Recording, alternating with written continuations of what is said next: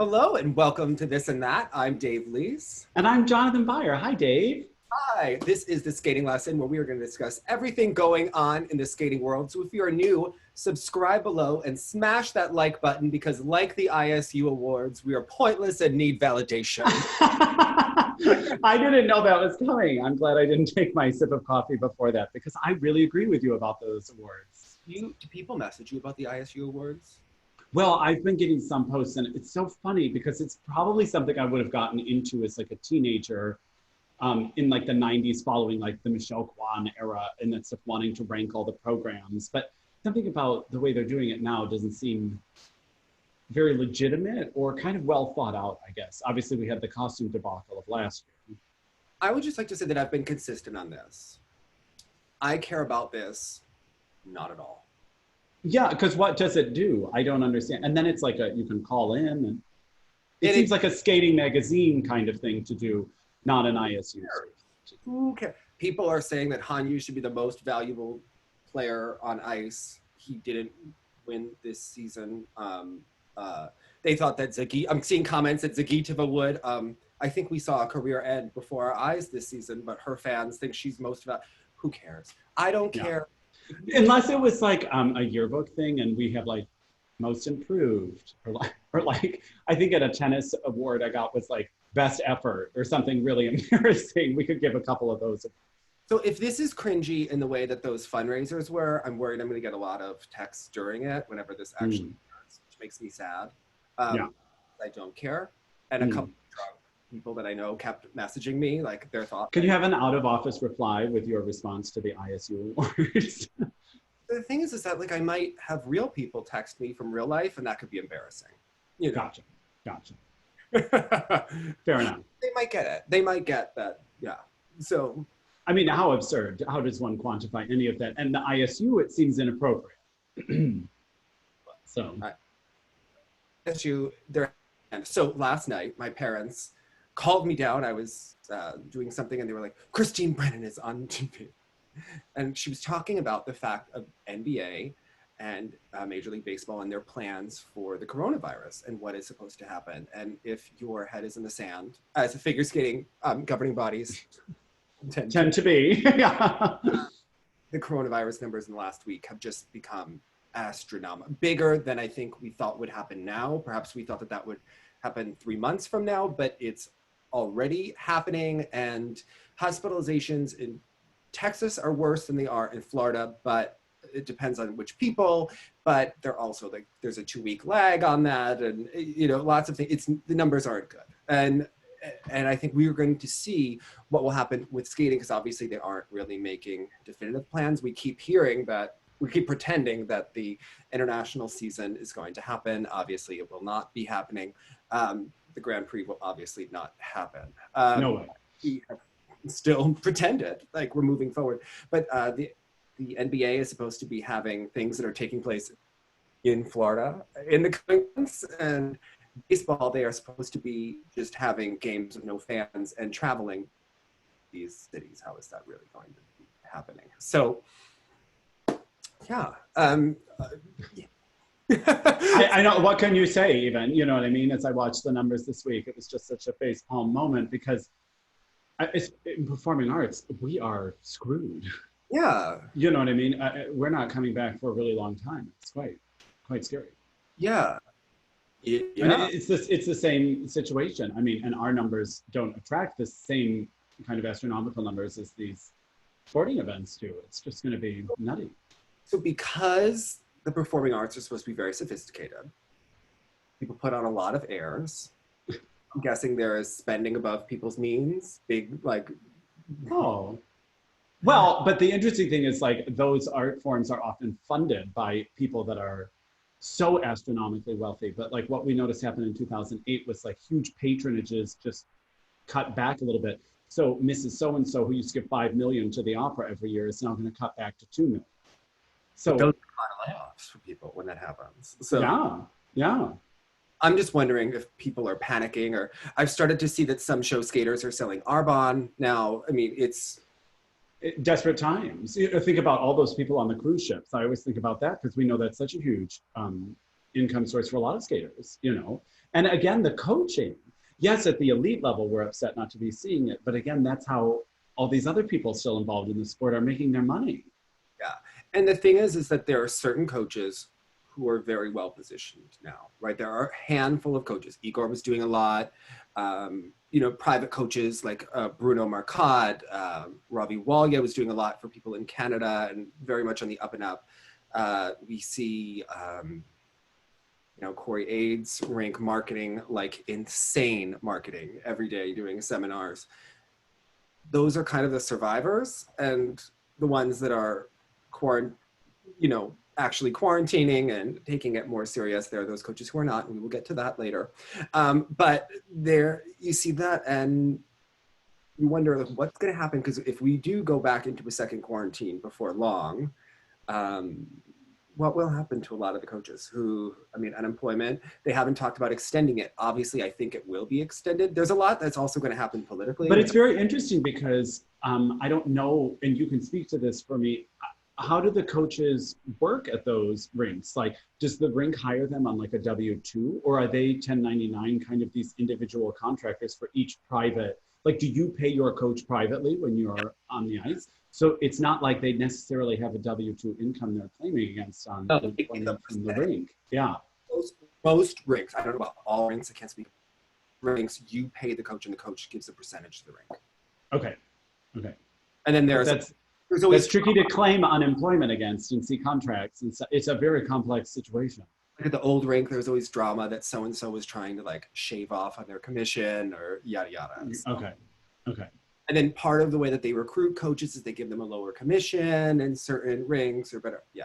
So there's lots of shenanigans that are always going on in skating, just like any other art form like that. I'm sure that voice lessons and things like that have different arrangements. Yes. So I have been paid cash more than once. Yeah. So but yeah, big week. We'll touch on Alysa Liu. I do want to touch on Athlete A came out. We've gotten a lot of messages about this, so I think we should just break it down, and then we will go into the other news. Okay, Dave, we're going to talk it out.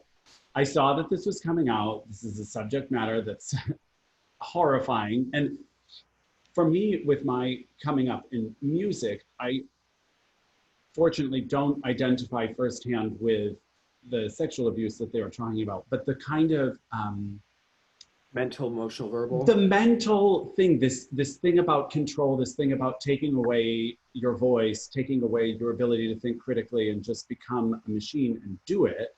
I do identify with in the conservatory system.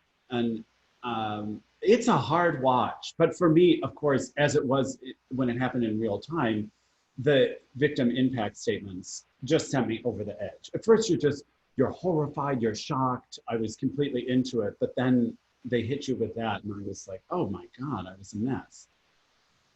Yeah, I have a lot of thoughts and a lot of parallels to, a lot of skating fans messaged me about it. And I could tell that they're digging, like they want to, like, I'm so curious what you think about it. Like, well, we'll talk about it on this and that. And not knowing who's making the comparisons to skating or who's not. I mean, if you watch this film and you act like this is isolated, you are missing the point of the film. Yeah. I was talking to Jenny about it, and she was saying that we're talking like comparing skating coaches to gymnastics coaches. Because the role of a skating parent is different than the role of a gymnastics parent in general. You don't hear, yes, there are overbearing gymnastics parents, yes. But in general, a skating parent is required to do more management that is done by a gymnastics coach. The gymnastics coach tend to be more controlling. They have you for 8 hours. They're in charge of your conditioning, your dance, your everything.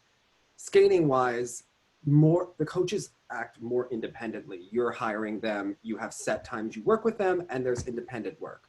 So it's a different experience. Yeah, the skater and parent, especially in North America, are sort of the CEO of this skating company, and they are outsourcing everything. As we'll talk about with Alysa. Yeah.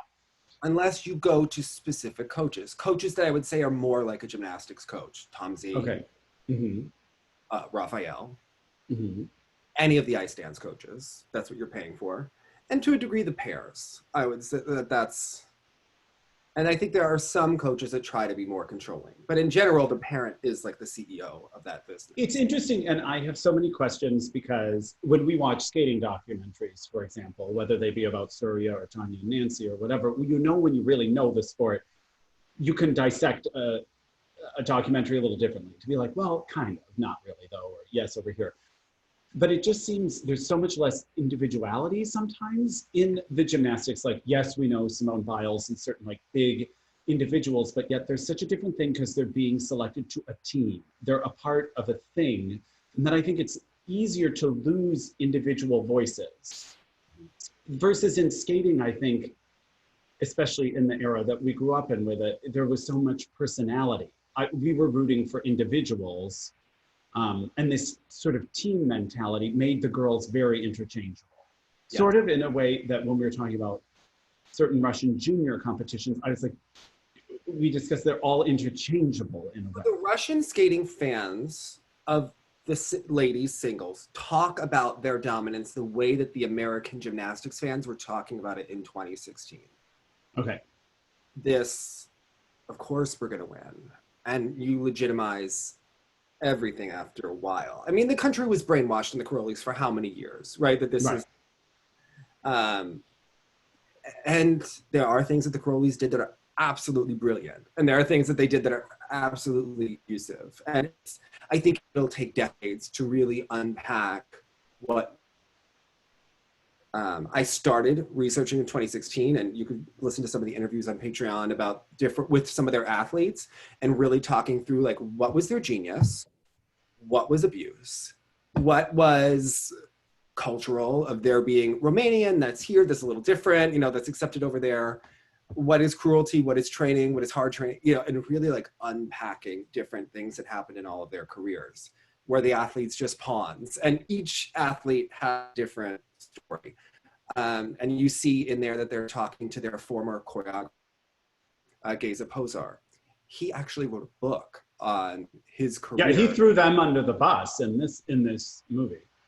So something happened with Geza circa 2002 that I don't really know. And I don't think that anyone outside of for a couple of people really know what happened. But at a certain point, he was no longer the head choreographer for USA Gymnastics, and he was no longer friends with them. And people don't really, I think, know, like, did he turn his back on them or is it more different? So he's very, I don't want to say best friends, he's very close, like in a familial type way with this gymnast named Amelia Eberly, who goes by Trudy Collar, because that's her real name. They changed her name to make it more Romanian, I think.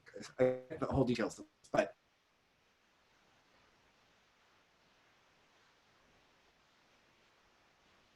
she was one of the first Romanian gymnasts to talk out about the Karolys, and he has always supported her. And they go back 40 years. And I don't know if she had like a come to Jesus moment about life in career and talk to him. Like, I don't know the series of events, but by 2008, when she chose to speak to the Associated Press, he said everything that she did was true and helped coordinate other gymnasts and told their stories. So these, you know, there was like a series of things that happened. Now, I don't know much about the Karolys before Nadia. So, like, I don't know if they kind of competed or if their system was based on what they came up with or if they were handed a system. So Marta was like a very recreational school level gymnast. I think what we would, and he was someone that was very involved in like track and field, handball, rugby, physical education. And they combined those two geniuses or those two skill sets together to make Nadia kind of like the most highly conditioned athlete. And then they kind of put together the conditioning with the gymnastics conditioning and training and kind of had put forward that way and made it more acrobatic. So that's kind of their skill set, which yes, conditioning does make sense, but then, you know, there's certain other things. A couple things I thought were interesting in the film. The thing that really struck me is, you know, they left Maggie Nichols off, and and the first thing I asked you was what industry standard was, because now I'm wondering, just without any stuff behind it, like, for instance, someone could have done a documentary where they talked about the scandal of Mirai not making the 2014 team. But of course, we know that it was a justified decision. So did you? Mirai would never have made that team if Marta was in charge. Right.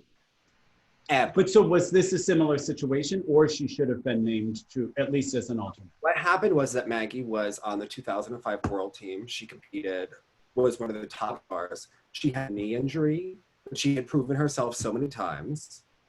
Also, before the 2015 World, sorry, I think I said 2005, 2015. I know people are going to write in the comments. 2015,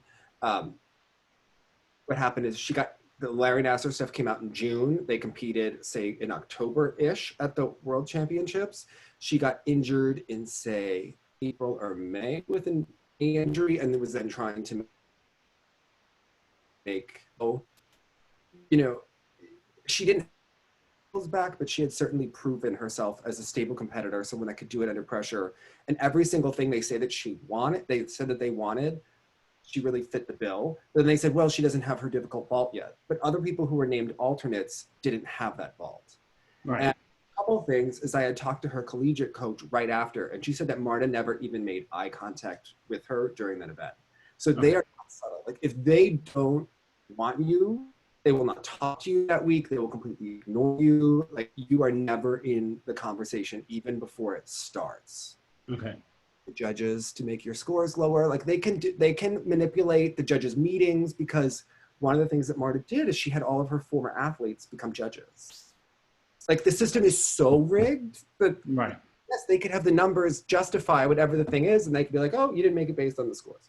So it was so brilliant the way that she has done all the chess pieces.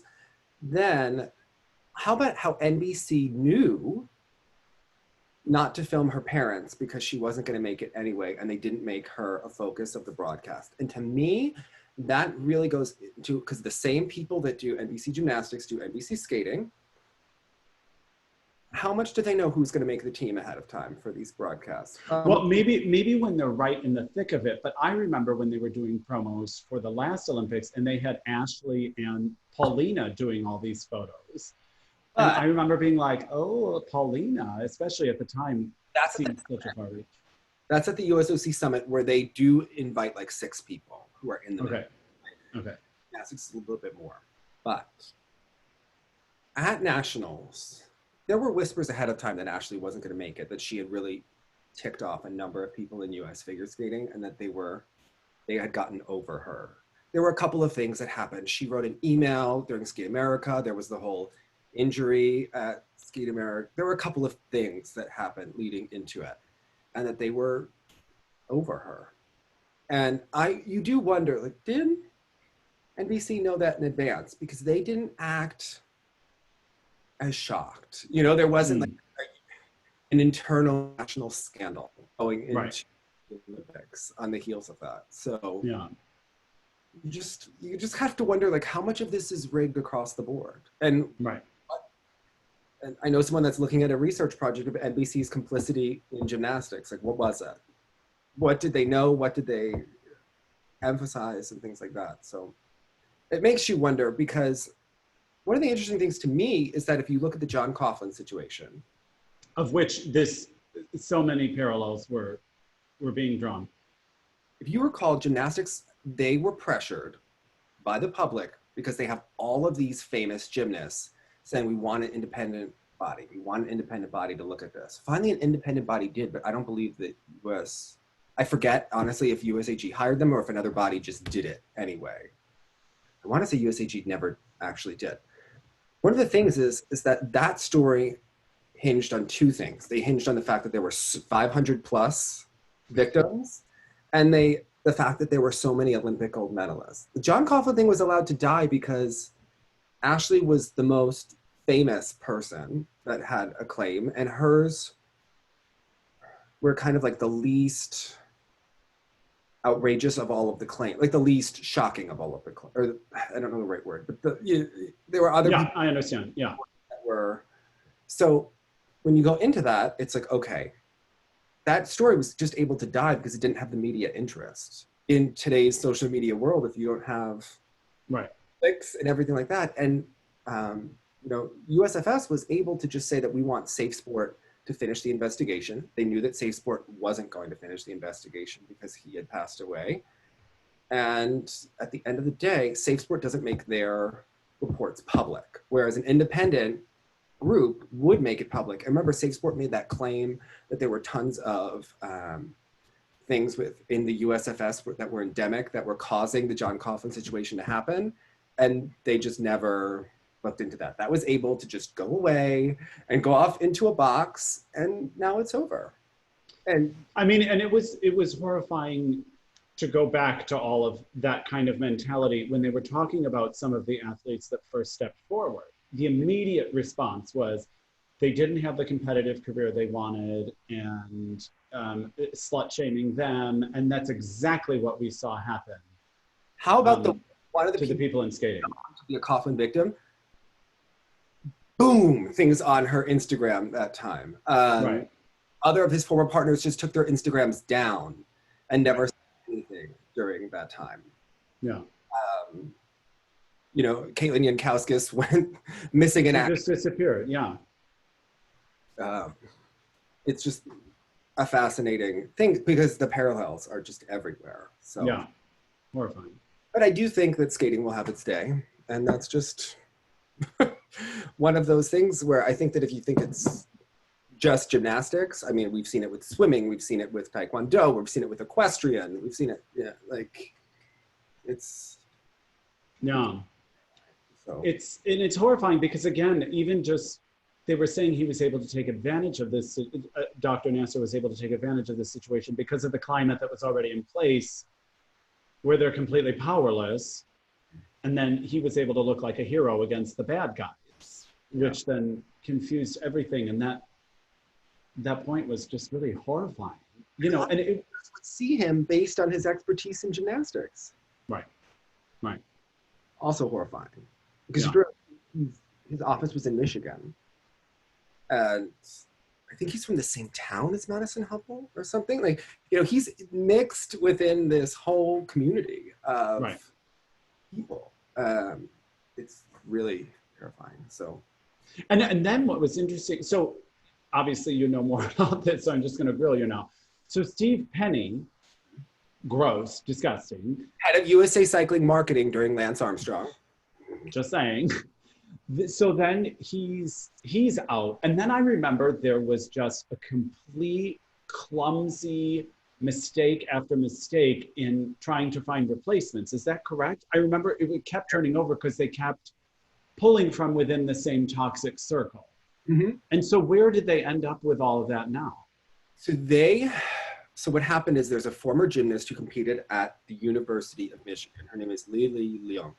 She had a twin sister. They both competed for the University of Michigan. Not Michigan State, where Larry Nassar was the doctor, different Michigan.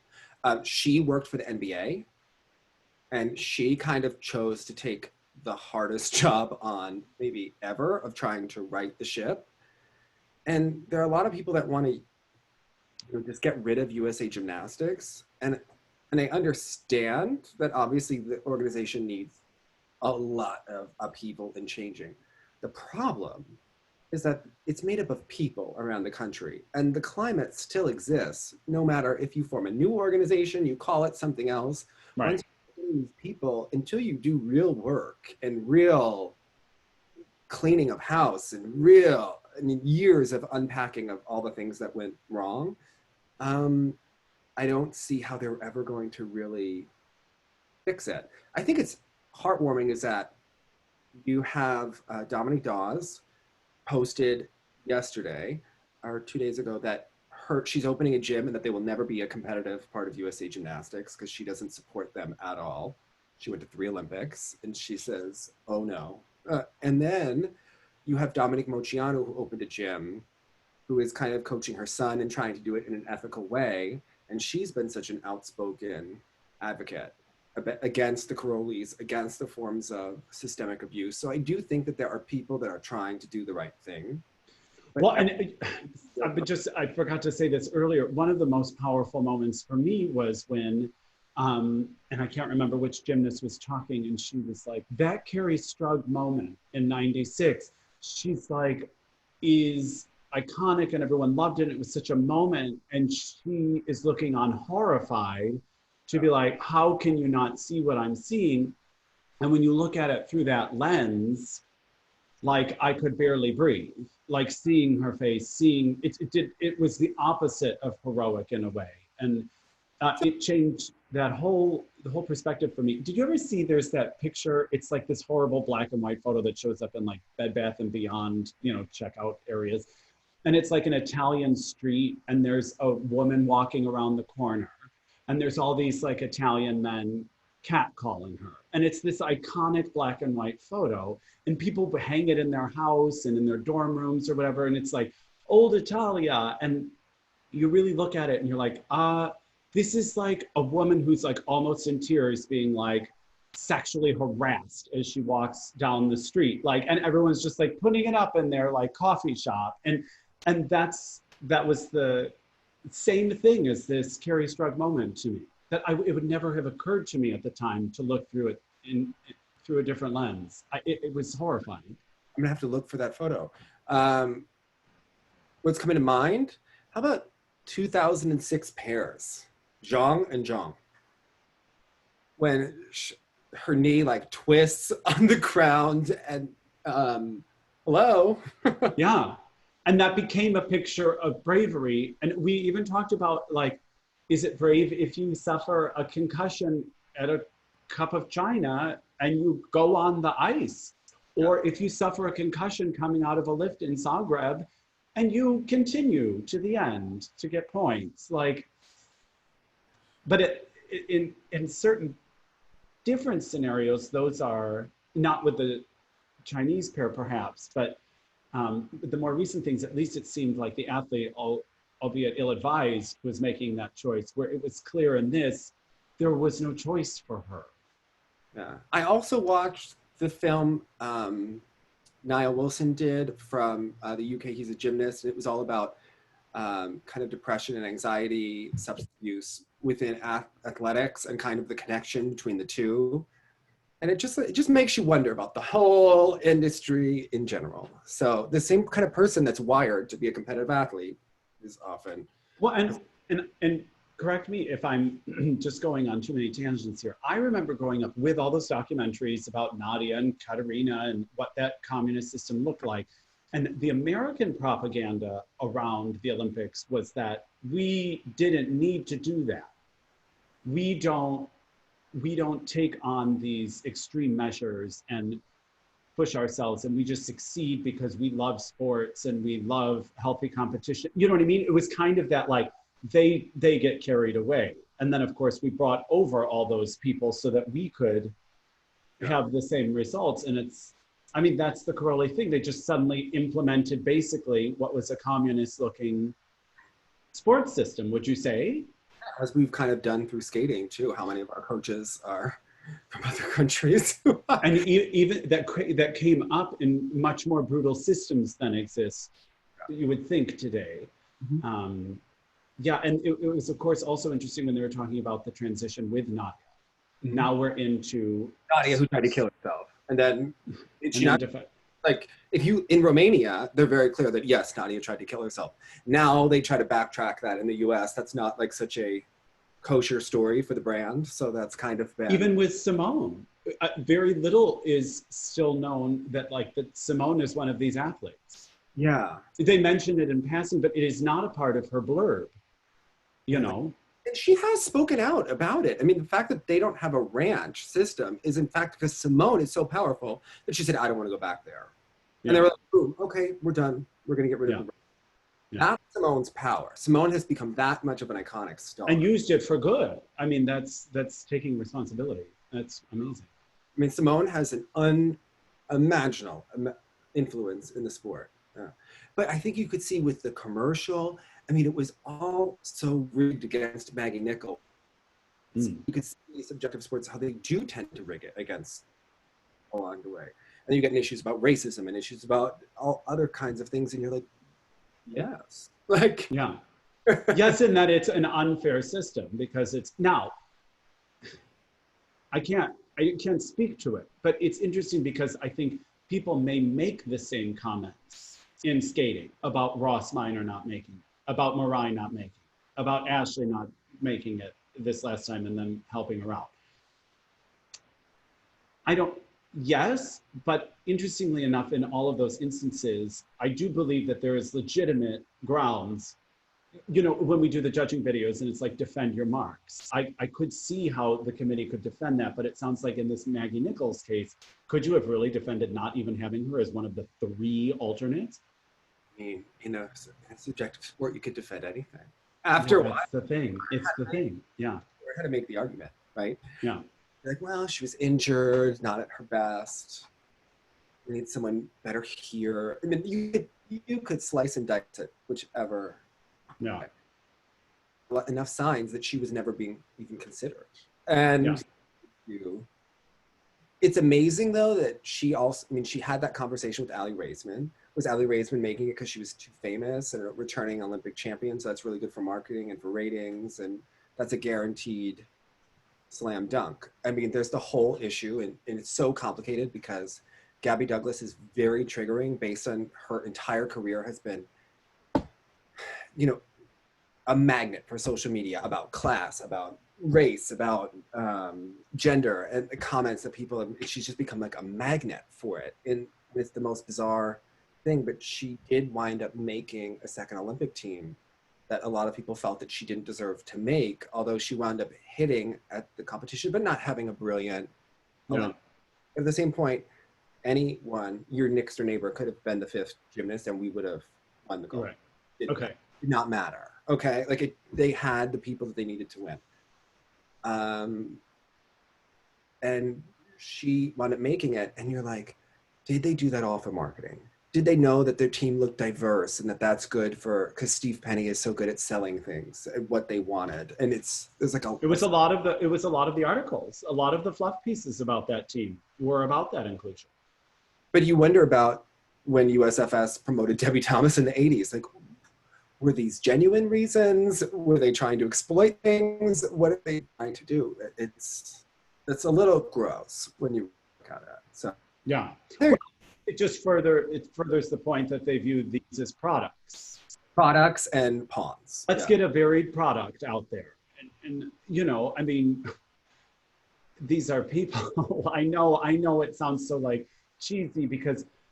And then it goes back to that idea, like, do you have to have this kind of situation in order to be high achieving, in order to achieve fame nationally? You know what I mean? Like, it's terrible, but if their goal was to get medals and make a shit ton of money and be in the public eye, it worked.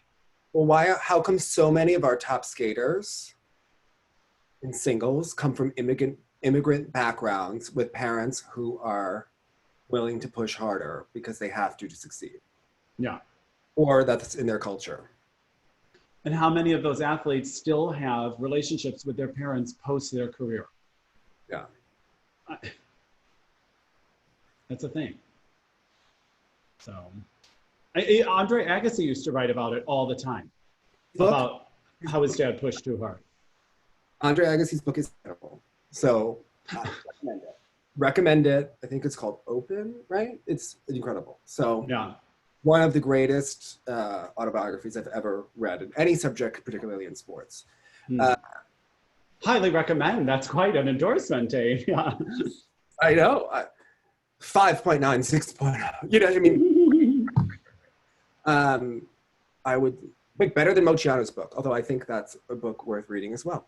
I think she had the opportunity to go the Agassi route, but ultimately there's so much familial stuff in Mociano's life that it's so complicated.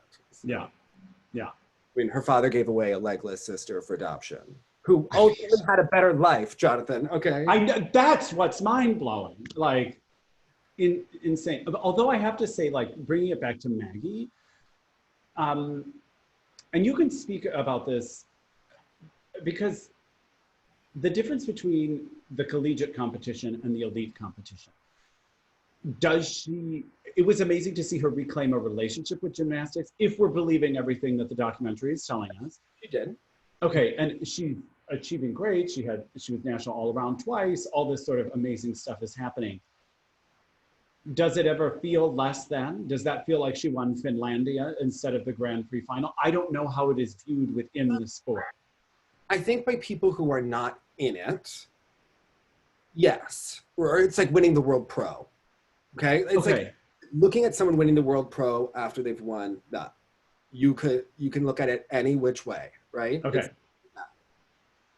But I think for the people that are competing, that are in it, it's very real and very prestigious, and they take it very seriously. And it's become more and more prestigious over time. So, and it also is the kind of thing where, you know how Terry girls lose their technique over time?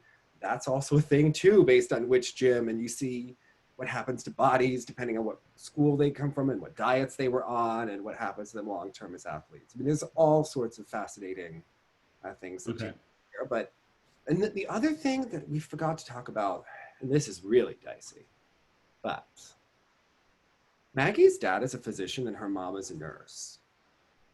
They're mandated reporters in their job.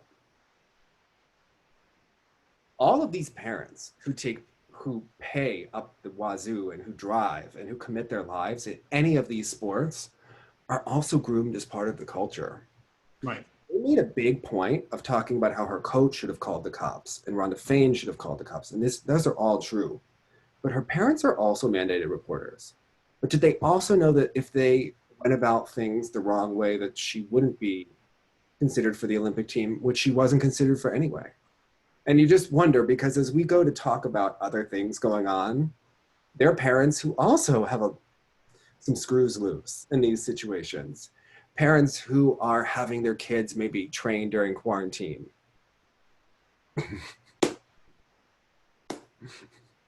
It's not allegedly if you put the video up. I mean, like, not allegedly, right? Like, it's interesting. And in this way I compare it, you watched the Michael Jackson documentary as well. Yes. So those parents did not come across well. And they did do a good job, I thought. It was clear that their goal was for us to empathize with Maggie's parents. I felt was the producer's goal. People, but they did make a mistake in terms of yes. The Ravens didn't call the police. None of these people did. But they all are in a system where it doesn't even have to be told to you. Right. If you're the one that upends the apple cart, they will get rid of you. And I guess that was one part that I felt the film had almost been a series and they could have dove into further, because 10 parts, 12 parts. We know about Larry Nassar, but what's more interesting to me, not that any of it, you know what I mean, what I would be curious to know more about is how the system was rigged, like you're saying, from March's control of her own students as judges, from this organization over here. I think, and that's what they were saying, the Indy Star was still trying to work on past just the name Nassar, because like you're saying, it's not, this one guy was clearly evil, but it exists in such an enabling system that really needs to look at also. So let's talk about skating let's bring it to skating for a second. Morgan Cipres. He has a disciplinary hearing on July 9th in France, where they are going to say, from a French Federation perspective, what his fate is, right? That's separate. Okay, so this is a French Federation hearing. French Federation thing. This is what really decides if he can compete again. And this is going to be a federation that's now run by Peshala, whose husband is a filmmaker who supports Roman Polanski, or at least in public supports Roman Polanski. And they ousted Didier because, well, one of 8,000 reasons he should have been ousted, but that it was a sexual abuse cover-up. Now, France, because Canada is, France is in it for a team medal, should Vanessa and Morgan skate and receive decent marks. So, Jonathan, what do you think is going to happen to Morgan Cipres?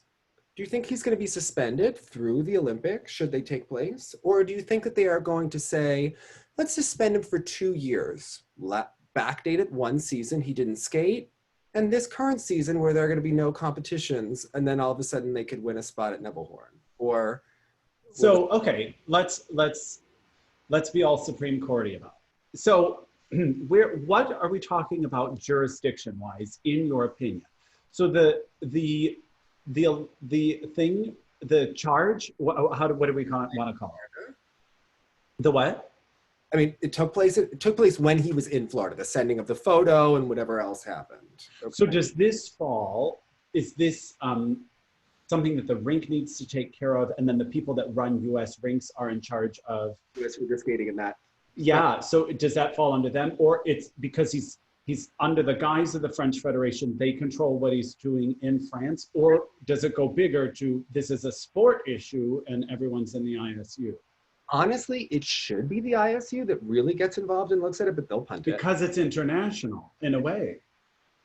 It's going to wind up being John Zimmerman will get in whatever trouble and Sylvia in the US. And there are already, there's a lot there. Morgan is really the French, purview. That is who will decide his fate if he can still keep competing. So it's not it's the US may not be going after him, even though it happened at a US ring. I mean, they can try to charge him with something if our police department tries to charge him, but Safe Sport can't sanction someone who's not a member of US. Of the USFS. Okay. And he was already coaching allegedly without credentials, according to the parents. So, and immediately went to France this past season, and we saw him in a coaching facility or as a French team. Yes. Whatever they were calling it. Yeah, so he's in that role. Yeah. And they're acting as though they're going to keep competing.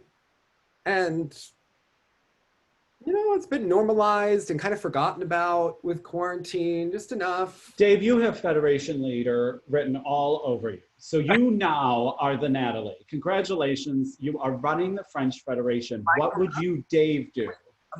Okay, what is my mission? Is my mission to protect the brand, or is my mission to be Steve Penny and get money and sponsorships? That's the question. And is getting the sponsorships now, is that part of protecting your brand? Okay, so it's my thing that we're not going to abuse people. We're going to risk finishing in 20th place, but we are going to protect our young. Because you're prioritizing people over results. And saying that we will prioritize this no matter what the results. I'm not saying that this equals last place. I'm saying that you risk not. Or am I saying that we want to win? Which is what DDA wanted to do. So in which case, if your goal is only to win, you recommend suspension for this season that's not a season. We suspend him for 2 years, 22 months, right? We'll make sure that should there be some sort of worlds that they could do it if they have to qualify a spot for the Olympics, we'll make sure that that's written in so that circa March 1st, they can compete again. But we'll also make it so that it looks like he was already punished and some time already served. It was just maybe pictures, an inappropriate mistake. On paper, we punished him and he can't compete through the years. Should there not be competitions until March? Not his fault because it's quarantine. And how long are you going to really punish him for? Now, if I'm wanting to protect all skaters and make a point and, get rid of this, bye-bye, honey, you were banned, you are allowed to participate. There's clearly judgment calls and things. The other thing that doesn't sit well with me about the Morgan Cipres situation, there are two problems about this.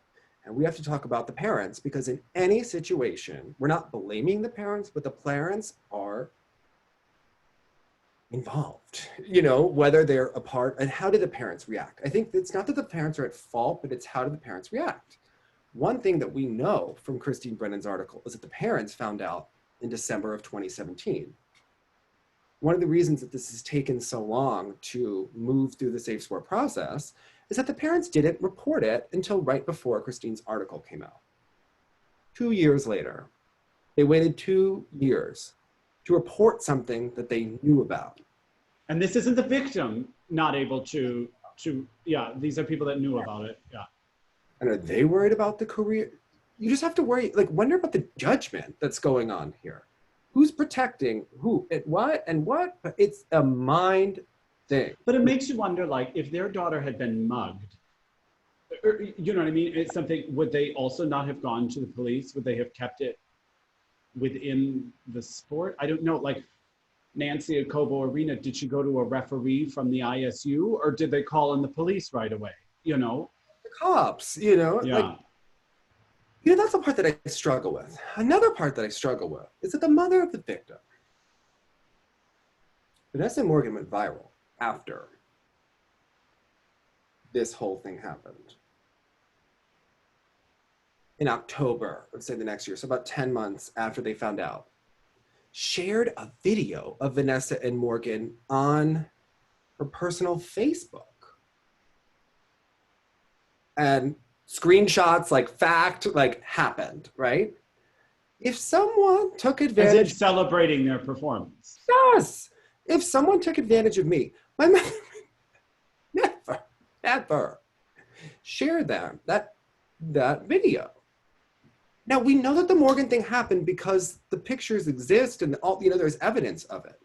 But it also shows that there's like a big, like, problem with all of these systems here. So I would just look at that and say, I think that— Yeah, and well, and also just thinking from the documentary, you're talking about if they are trying to look like they punish him by a suspension, and then, you know, as we know with Richard Callahan, those suspensions can end, and then suddenly is that someone who is now in a coaching position after that time off now?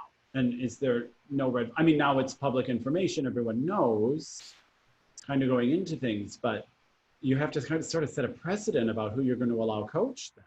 So in any of these situations, the parents are not only protecting their child, they're also protecting their own investment in this activity over time, which is startling to think about. When the Olympics are a year away, I understand it more than if the Olympics are maybe never going to happen, right? You have to look at what is realistic. So like, it's lots to digest. How about the Alysa Liu coaching situation? Oh, it's like, oh my God.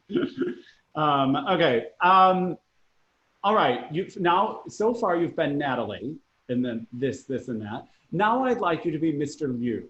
Oh, okay. Okay. Congratulations on your daughter. Seems great. So what the hell? Talk it out. What now? Take it from this year's nationals, and you are Mr. Liu. Are you making a change? Why are you making the change? And if you are making the change, where are you going to and why? Okay, so the reason, we've already been politically maneuvering for years, right? Right. And we have an agent and media, and we've been doing this. There's no such thing as an overnight success in skating. We all know. We've had Frank. We offered Frank to sit in the Kiss and Cry at Nationals. You know, I've read a lot of comments where coaches want to believe that the Learn to Skate coach can take someone to the Olympics. And in this system, that's not really possible. So, and I think that for some reason they start talking about loyalty and like, oh, what planet are you living on, right? Yeah. Okay. Anyway, like, because everyone's still hung up on a fluff piece about Linda Lever or something like that. You know what I mean? How Christine wrote that story, and they want to believe that everyone it's possible. And okay. I felt for Laura. I also think she did good work and has potential as a coach. And I also see the other side, that as Arthur, Laura was toast in December. We were riding out the season because it wasn't a good time to change. Right. The moment that Laura Lepetsky lost Alysa Liu is when Alysa Liu lost to Valyeva when she didn't do any quads at the Junior Grand Prix final. Yeah. And Alysa lost anyway. The fact that she didn't get that done, that was such a glaring moment of reality of what was about to happen if they want to turn Alysa Liu into Olympic champion, which I don't know that she has the ingredients. I don't know that her inherent skating and technique are good enough to do it. And that I don't know that she has that intangible Michelle it factor She does. Or a Valieva factor. That, yeah. Something. She has a competitiveness. She has a joy when she skates.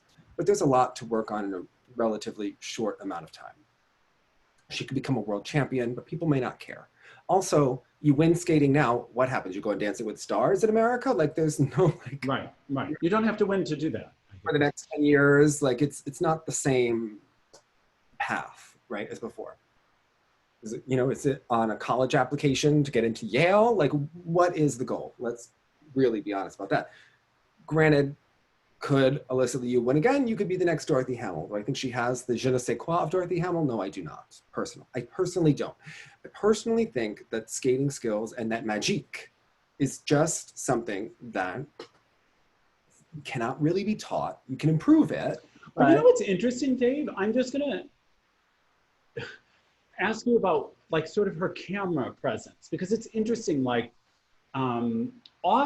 off the ice, she seems to have an X Factor energy to her that's interesting, and I don't know how they can bring, she's delightful in an interview. It could be so cringy if another skater had gone on Jimmy Fallon or whatever, talk show she was going on. So it's intriguing to me because if she has that thing in her personality, I wonder if they couldn't find a way to bring it to the ice. Well, she needs something on the ice that matches what she has off the ice. So Alysa, that might not be Barbara Streisand. Yeah. So Alysa needs a slam dunk element. Alysa needs, she can do a triple axel, but it doesn't look like a Midori. Okay, I'm really glad you're bringing this up. Okay, so because this, and with the conversation we're having and the way they're going, they're first talking about mainly, look, we're going after skating skills and choreography and refinement. But as we noticed as we covered the junior circuit this year, the jumps were going.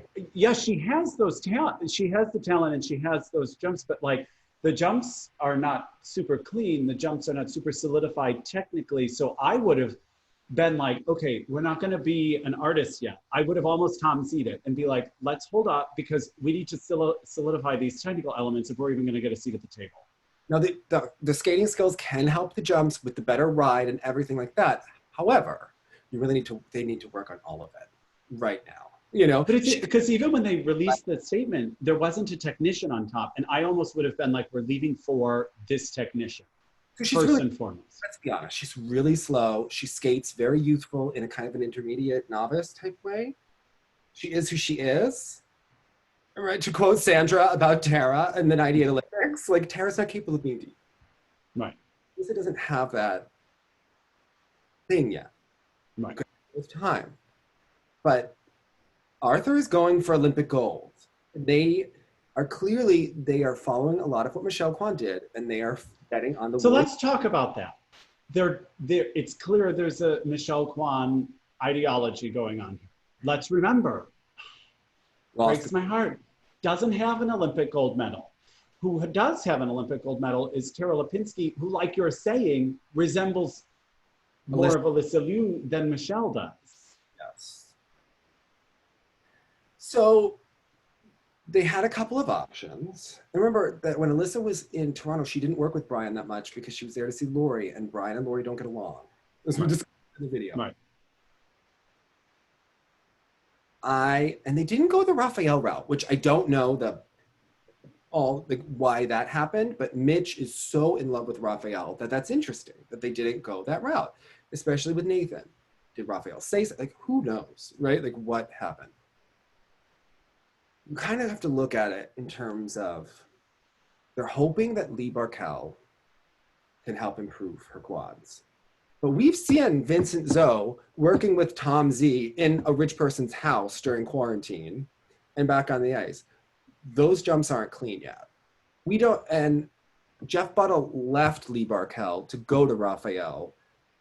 Well, that's why I'm intrigued. This season, it's such flavor of the season, right? It's like suddenly Lee Barkel, who we know has been a technician to some, but I don't understand where out of the blue now he's this godsend that's going to help all these people. It seems like they just picked a random name out of the hat and he's going to be the new technician of choice.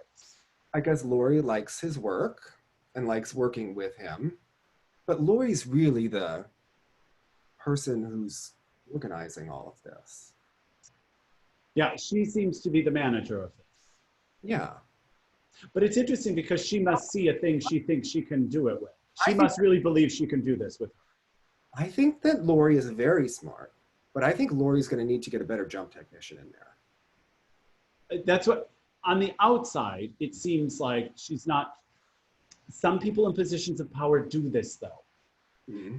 They want to maintain their top of the pyramid, so they're going to make sure the people around them are good, but not as great as they are, I find. Yeah. Because someone who is as good a technician as she is as a choreographer would be more problematic, I think.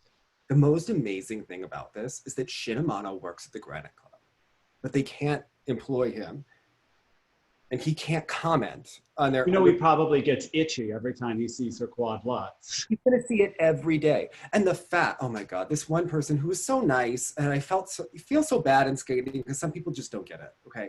The fact that they're pretending that Massimo Scali is going to be coaching her in the quad race because he's going to help her with her skating skills. I mean, don't pee on my leg and tell me that it's raining, Jonathan. Okay, like no promises. Teach you a good twizzle. He can help your back crossovers, but when we need to work on these jobs, how long do you think that's going to last? About as long as when does the Canadian border open for Alysa? Right. Yeah. I believe Jason just got back into Canada and is self-quarantining, but it's a big challenge for a lot of these skaters. Also, Alysa was skating during quarantine in Delaware. By the way, we know that Vincent Zoe was skating during quarantine because he was skating in that person's house and Tom Z posted videos. And we know that through emails and verifications with other coaches that there was a rink in California that was also allowing people to skate and another rink that was renting ice for top USFS skaters. So, yeah. Well, you know, speaking of Christine again, when she always talks about she doesn't like a season where we're awarding the best chemist, not the best athlete. Now, I mean, it's almost like the best conditioned athlete may just be the one with the most money and the connections. I mean, this just becomes another inherent inequality. Yeah, I think Medvedeva's biggest mistake was that she gloated about what she was doing. Because I'm sure there are a lot of other skaters who either don't have social media and who are under the radar, and you could never say a bad word about them. Right. Even the tennis girls, very under the radar during quarantine. We don't know what they were doing. There are rumors. We have no evidence. But the US skaters were so public. The ones who were the fact that Tom Z posted himself coaching kids in a private person's rink going in and out, or the fact that some young skaters in Delaware blew up, the fact that Alysa was there and then Gracie was there and Ting was there, and the USFS. Yeah, there are, even though they try to be so secretive, there really are no secrets in skating, are there? No secret. Yeah. Dave, do you have the ability to edit in Zoom? Sure. Great, I just have to use the restroom, I'm really sorry. No. This is when everyone thinks you're gonna tell me something scandalous, but really I just drank too much water. Sorry. Pause. Okay. We're back. There was a nature break. Okay. Yes, and I answered. Did have a great, Jonathan had a great line. He said that if talking about Vincent and Tom Z wasn't painful enough, he did have a method pain. So it's like, I'm gonna wet my pants, I'm overhydrated. Yeah, and that subject matter. Yeah. I still think our favorite was last week when we said it takes a village. It takes a village to get Vincent a bronze. I got a great quote. I got a great text. Dave, we need to be nicer to Tom Z. He's a narcissist who craves attention. He was fired and had most of his top students taken from him. He needs to show off his students training in a private rink with no mask or social distancing for people to start talking about him again. And I was like, that's so true. The fact that we know that Vincent is working with Lee Barkel, but Tom wants that association on Instagram. I mean, it's just so fitting with athlete A. Like they don't hide it well, Jonathan. Okay. Yeah, they run completely parallel. Yeah, in their own ways, so. It's great, isn't it? Yeah. I mean, come on, okay. Insane. I mean, I'm reading a book by Devore Myers, her old book about, you know, the end of the perfect 10. And her thing was how, because the gymnasts were more muscular, clearly the eating disorders were over in the sport. They also quote Larry Nassar and things. It's great. It's great. It's doesn't age well. Would you mind? You might say that. Mm-hmm. I would say crazy is a way. Yeah. I wouldn't have gone that far. That would not have been. Well, it was an interesting part of Athlete A when they were showing all of the, as we know, the world of social media in their comments. They were showing all of these responses to the initial accusations and how poorly they've aged. I wish that Facebook would make it easier to index posts by year and by... Like photo albums in the iPhone, yeah. Yeah, because I would love to go back to who said what about the coughlin. I mean, I have my own Rolodex of like things. Some of those scarring moments were definitely ingrained. They were, yeah. Can't unsee it. Yeah. But yeah, just... This was all very triggering in a way, watching all this, going back to that. It's just like, I was reminded of so many things. Yeah. But yeah, okay, so if I am Arthur Liu, you asked me what I would do. Yeah. And I think that they miscalculated. If they don't talk to Lori about getting a better technician in there. Okay. And who would that technician be for you? You know, I don't know that it's one person, but it's definitely strict. But I think that they had three real options that would be tried and true, or you could take a risk. I think you go Raphael. I think you could go the Lori Nickel route, or you could go Brian Orser. Those are really your three main options right now. Unless you're going to go with Terry, unless you're going to take that risk and she's willing to do that, which she's not. I'm sure. We don't know. I mean, for the Price is Right, maybe, but I don't think she's going to prioritize Alysa over her other Russian. Well, you wonder how that would go over in the public, because again, it could be a huge coup that the Americans are seeking out Russian help. Only if they have no one, though. If it seems like she's a turncoat, then they can't really do that. Yeah, if she's going to place above her girls, which she could be, like she's talented enough to be in that mix. Yeah, that's a tough call. Or she could go the Plushenko route. Now, that would be interesting. My God, Dave. That should have been the first option. Just shake the whole thing up. But that's not really going along with their brand. They're on the Michelle Kwan imitation train. And But I think they miscalculated. I was thinking about people that really look better post-coaching changes. And I was thinking about how Rika could do and what would benefit her the most. I have to say, I've not been impressed by Medvedeva at all. And a lot of that is she and her mom did not take like what Sandra and David tried to do with her and that. And this is a late change with a problematic, like she came with a problem, not just looking to refine and enhance like Rika made. Has the quadlets, I would say, is problematic. But I think that Jason Brown impresses me the most in terms of, and I'll explain what I mean. No, most improved. Most improved, but he does not have a quad, also needs to be. But when I am talking about the improvement in Jason, that triple flip with the big exit edge, the head, his overall speed and stroking. Remember, he always used to kind of die out at the second half of his career. The axles were always super swingy before. Yeah, and they look much stronger. Just his overall confidence and deportment. His long program not been thrilling me in terms of that consistency, but overall, I would say, especially you look at the short program, he is much more technically sound, even though he doesn't have the tough jumps, which he may have just waited too long. I think Alysa still has the quads, but I look at who is really helping Jason. Yes, he is under Brian Orser, but his main technical coach is Karen Preston. Now, Karen, unless we remember our Patreon 92 judging event of the ladies. My friend Jane worked with her, and she says that Karen is a tough bee who is a disciplinarian under the Ellen Burka school. So, but it makes sense that a skater that skated like Karen could actually probably be a very good coach. Harder for her to get those jumps. So she had to be and she's tough. And Jason has responded well. And the Tracy Wilson skating skills class every day.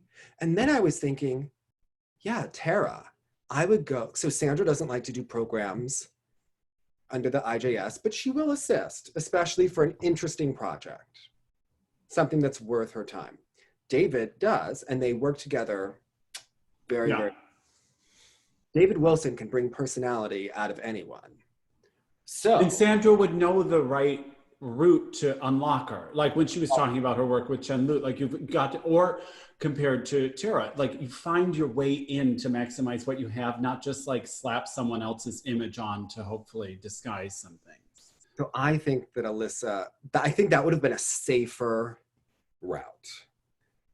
But he would have to ask for Ghislaine to be involved because, you know, he's the star effer and he wants the gold medal and he's going to want all of that rather than just like the logic. But they probably don't have time for anyone. But I think that they should have probably gone the Sandra David Wilson, Tracy Wilson skating skills, Karen Preston route, because I don't see the improvement in Sachiko's technique. I don't see the improvement in Vincent Zhou.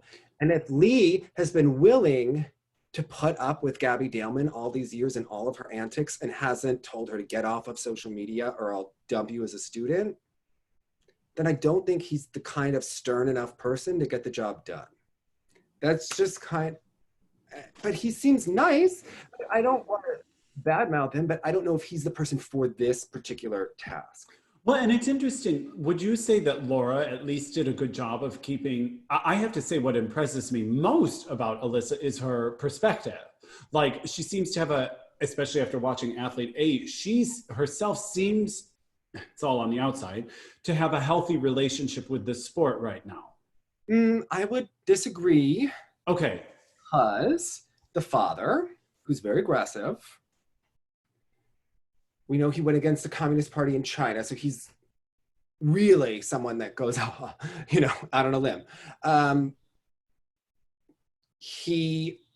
You could look up his law practice where it's located. Does that look like an office you want to go into? I don't know. Like that's for each person to decide. Excuse me while I Google. Would you go to a lawyer who's spending all of their time navigating their daughter's skating career? Like, again, I don't know if I would. Like, you have to, like, let's think about this logically, okay? Hopefully he's got some great paralegals, okay? My question, the thing that I think that was the biggest is that you know how Terry talks about flowers and all the thing? Right.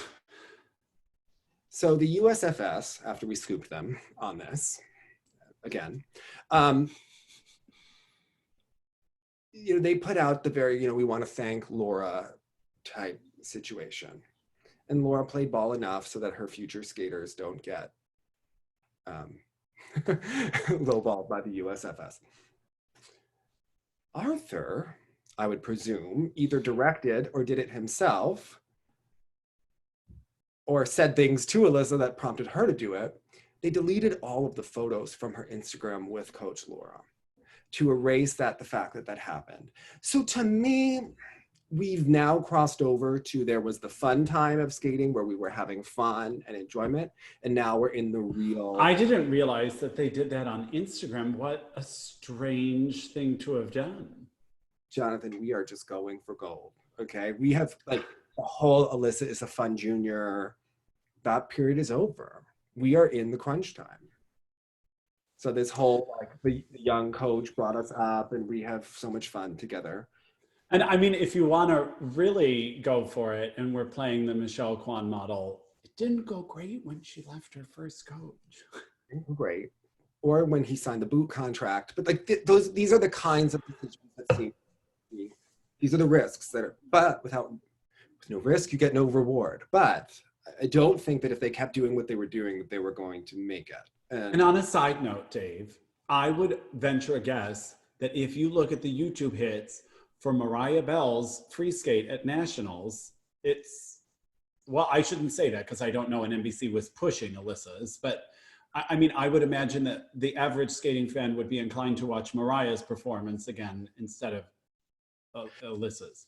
An interesting thing is, apparently all of Alyssa's siblings have a white egg, and this is something that a reporter was telling me, because Arthur had a theory about like their lives and everything. But you want, like, how tall was that egg? Did they miscalculate? Like, these are things that we need to. You think it was that thorough? I mean, this was. Was it that thorough? NBC has done. they haven't given us the fluff piece that we need on this situation. Are they saving it for the Olympics? Yes. Toning it down? How come we no longer hear that Arthur is gay? Why is that all of a sudden like not discussed, which was discussed in the original articles? Like, how come it just makes me uneasy, Jonathan? Fair enough. Fair enough. But I think that it's just interesting because I'm curious, does she, the skating fans that I associate with, I mean, we all kind of know that there's an investment there because she's kind of the only one that can do those jumps at the moment. But I wouldn't venture a guess to say that she has a huge fan base. Is that, or maybe she does with younger girls that I'm unaware of, or, you know, like young skaters themselves. Fan base in the US outside of Nathan Chen? I mean... Well, but for instance, there are a lot of people that show up to support Mariah or Brady even. I would say that maybe those fan bases are definitely as strong, if not stronger, for Mariah. There have always been a lot of people in the Bay Area that supported Alyssa, but I do think that this change, like the Gracie change when they fired Arasha, it has rubbed people the wrong way because of the parental maneuvering. And the fact that there are things that happened in the past. Now, there are other people that say that Arthur's not that bad compared to someone like Nina Edmonds, that she's more aggressive. You know, there are other people that have said other things to us. So it really depends, but it's certainly a situation to watch. But I don't think that you can navigate your kid to Olympic gold cleanly. And there's going to have to be some tough decisions being made. So, yeah. And it's all interesting. How about Kolyada? So he just changed coaches to Mishan. Now, what's interesting is that he left his longtime coach. This is so brilliant, Jonathan. This is so skating. Okay, I'm going to read the quote. This is the most skating thing of all time. Okay? Dave, I didn't hear about this, so now I'm just reeling. Kolyada moved to Alexei Mishan when he was in Novogorsk for the national training, right? According to a source, Mikhail participated in the training camp, but then left Novogorsk citing family reasons and returned to St. Petersburg. But in fact, he began to work with Mishan. So he had convenient family problems that just put him in the lap of Alexei Mishan. Now, what was... You know what, while I'm home, you know who I should call? Yeah. Okay. It happened in gymnastics all the time. There was one coach from Parkettes that left and moved to Arizona, and then all these girls kept on having dads with job transfers that wound up in Arizona, and there were people that will claim until the end of time, no, it was just a coincidence. Okay. Okay. But although, I mean, it was too bad because Kolyada, there was something very sweet about his coaching team, and I was kind of rooting for them as underdogs, but clearly there was a disconnect with their ability to get him to be consistent, I think. So I think actually Mishan might be a lovely thing because Kolyada does have inherent skating skills. And I don't think, even though he had an Elvis program, I think the program content can at least stay a bit of quality and he can really hone those gorgeous jumps with Mishan, perhaps. As long as he doesn't pop, I think the Russians can get him the marks. Yeah. And they're going to need him. Or Aliev to get... yeah, but Aliev, if they both skate as well as they can, I will always probably think Aliev looks more beautiful, but Kolyada has some pretty stunning skating and the jumps are really some of the best in the world, I think. Yeah, I don't know. It's all... And Alexia Paganini, who's American, switched to Lambiel. Now this is interesting to me because she was really the top skater in Hackensack in her group. But stuff started to happen during quarantine where first she was skating in Georgia when a rink opened up there.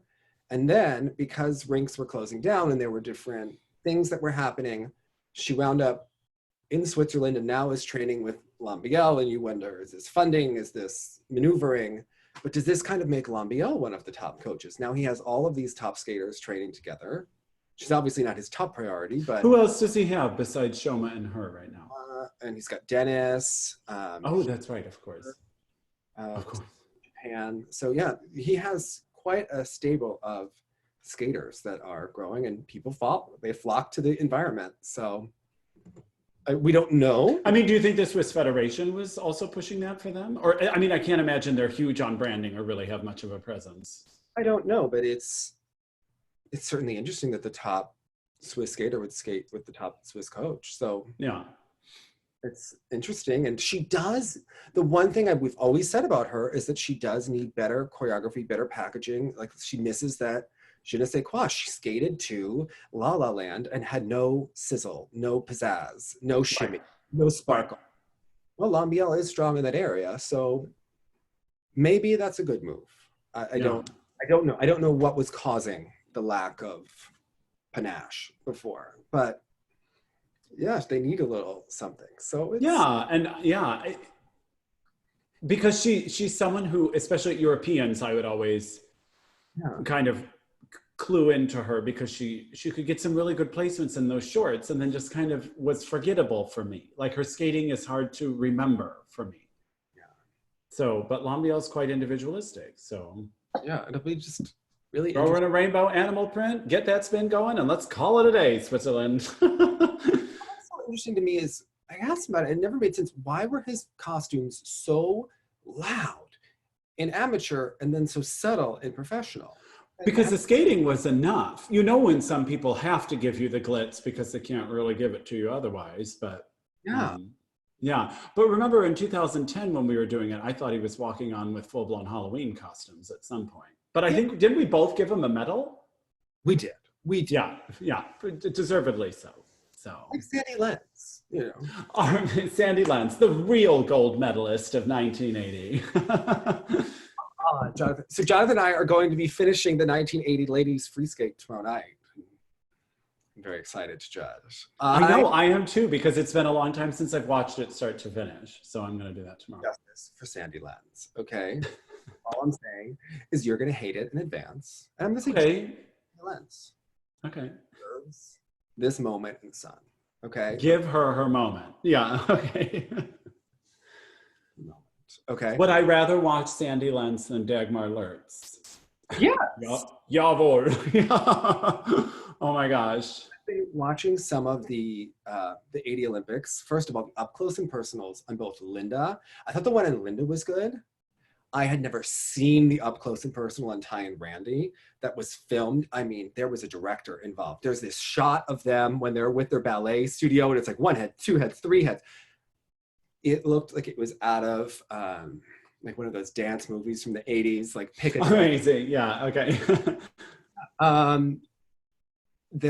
It was so fabulous that they were ready to sell this to us.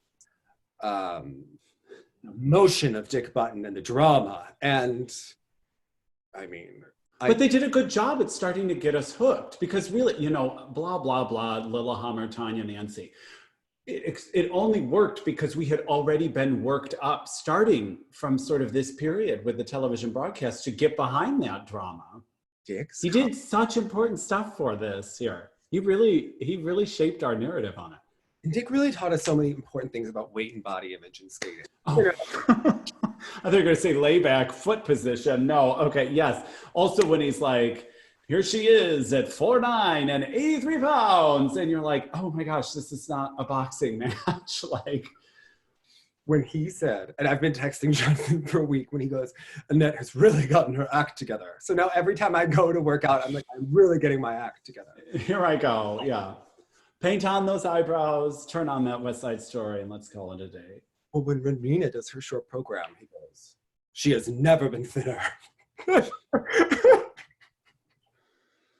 Like, like, Dick, come on now. Times, they have changed, thank God. So even in this thing with Deborah Myers, where she wrote this book, and she was saying how the eating disorders are not, you know, and she's someone that seems anti-eating disorders. But then in every chapter of the book, I'm reading this thing, right? And I hate when people do that. When they lick. Yeah, like, why are you licking your iPad? Okay. I'm listening to it. She describes everyone's body and she'll be like, well, Nadi doesn't look like she could do her tricks anymore. And I'm like, why are you body shaming like a 50-year-old woman and comparing her to Mary Lou, how Mary Lou looks? Like, what? How is this? Yeah, exactly. How is this proving your point, actually? I mean, everyone's body here in graphic detail. Okay, like this is But was it Little Girls in Pretty Boxes where I remember that quote where a judge came up to Mary Lou and said, if I could have taken a 10th point off for that bat jiggling on your leg, I would have. Mm. And I was like, oh, okay.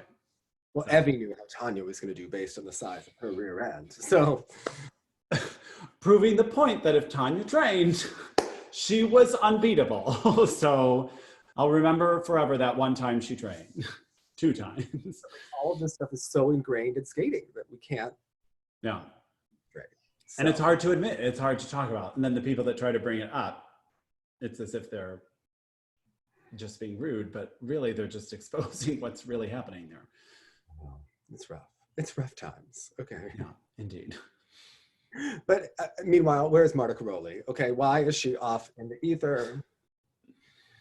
I know, and I was like looking on their daughters, their daughter who they left in Romania when they defected, because they're like, we're gonna go do a thing, see, in the 90s. She has like no photos with her parents on social media. I thought that was strange, but of course when you're... Well, and then you wonder, does someone parent the way they coach? But Tom Z never posted any photos of his kids either, so I don't know. I mean, does someone parent the way they coach? Yeah. Or is it the opposite? Do you know what I mean? Like, what could be very interesting is actually if Atiri now just like smothers Diana with love and coddling or something. Like maybe it's a complete reversal of the way they coach. I don't know. Andrea Caroli became a nutritionist. Well, her parents were malnutritionists, so yeah. That's not mind-boggling, but yeah. It was going to be that or therapy. She was going to go into one of those two. So, just saying. Activism. Yeah.